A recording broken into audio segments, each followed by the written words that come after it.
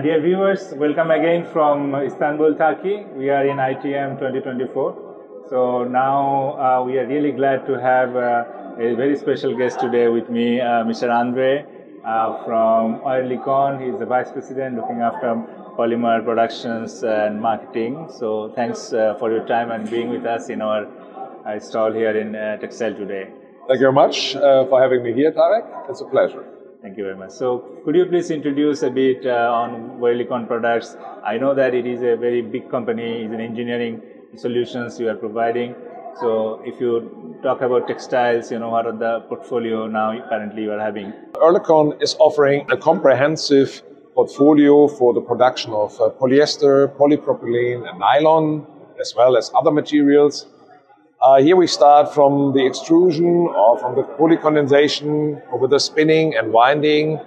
And so we offer finally a solution for customers to produce textured yarn, for example, and also for nonwovens and staple fibers. So this is really, we are the number one in the market, and customers should choose the best quality that is available in the market. How do you see the trends, how the importance of man-made is there? So the figures from the market research show that there is a necessity for polyester, for example, just to stay with this material. And the trend in general, looking forward into the next 10, 15 years, is predict that polyester still will grow. What is the reason why? You need a lot of water to produce the cotton anyhow. And you need a lot of water to produce the final cotton yarn. You need less water, for example, and less land, because there is no need to have land to produce cotton. So it's more environmental friendly to produce the polyester. What are the properties if you insert in polyester or nylon like fibers? So could be more lucrative for the fashion brands or fashion users. Looking back, let's say 50, 60 years when polyester was developed, or even longer, for sure, in the meantime, the polyester production and the material itself is more or less still the same, but has developed together with the follow-up processes like weaving, knitting, much better fabrics today. And if you look at functional textiles for sports activities, they are all made out of polyester, more or less. So, and here I see a big advantage. So, for functional textiles, also for textiles that are used in all the markets in the world, I think there's a huge advantage using polyester. And as said, there's a good chance to recycle polyester in the future when we look at mechanical recycling and solutions for chemical recycling, where we are working on. There's a good chance to have really a kind of circular economy in the polyester business as well. So what should be the strategy? What do you think, for a country like Bangladesh to move forward more to the man-made fibers? Bangladesh's textile industry is really increasing and improving. And that's good because it's close to India. There's a good connection in that market, the market to sell all the material, the fabrics and also the yarn into the not only domestic market in Bangladesh itself, but also to India and other Asian countries is really there.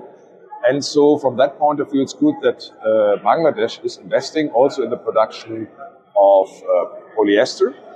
We just commissioned our last plant at Modern Poly in Chittagong. It was just recently opened.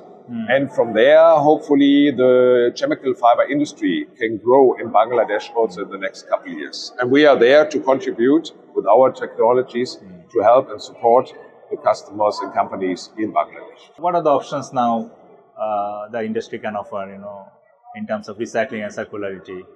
So we focus with our solutions, it's called vacuum fill, on the recycling in the spinning mill itself.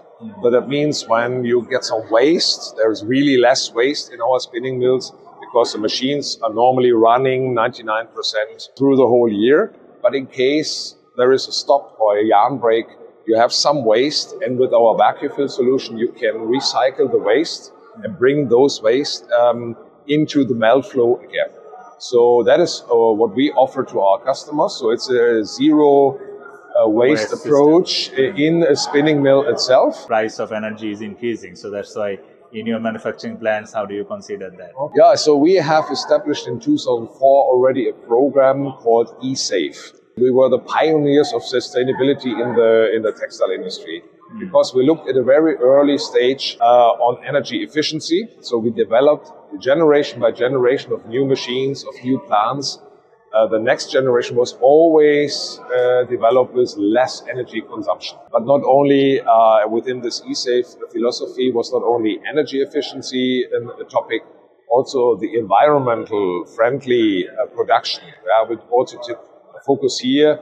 That was why we over the time developed this zero waste approach within the spinning mill. Man-made fiber market is almost like a commodity market. So, the price is not that competitive. So how the manufacturers can add more value on the products? In general, you mentioned that already, it's a commodity product. Yeah. So you have to compete with China, with India, with Turkey, where all production, polyester production is available. And we know that China, for example, has a huge capacity and is exporting a lot of polyester yarn, also textured yarn, to all the markets in the world by right now a quite low price. It's now up to Bangladesh to define how much import is allowed on such a low price, or how they put some additional taxes on those imports to help the local industry, the domestic industry,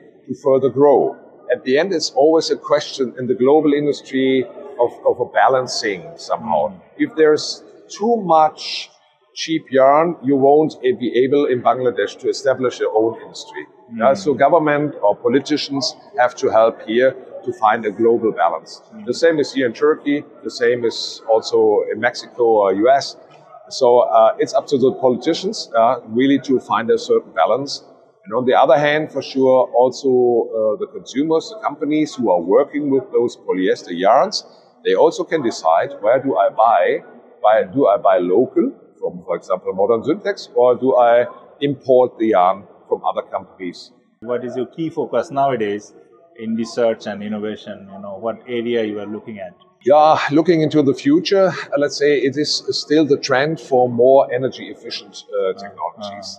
This is the most important topic when we talk to our customers. That is their demand for having less energy consumption on technologies, higher productivity.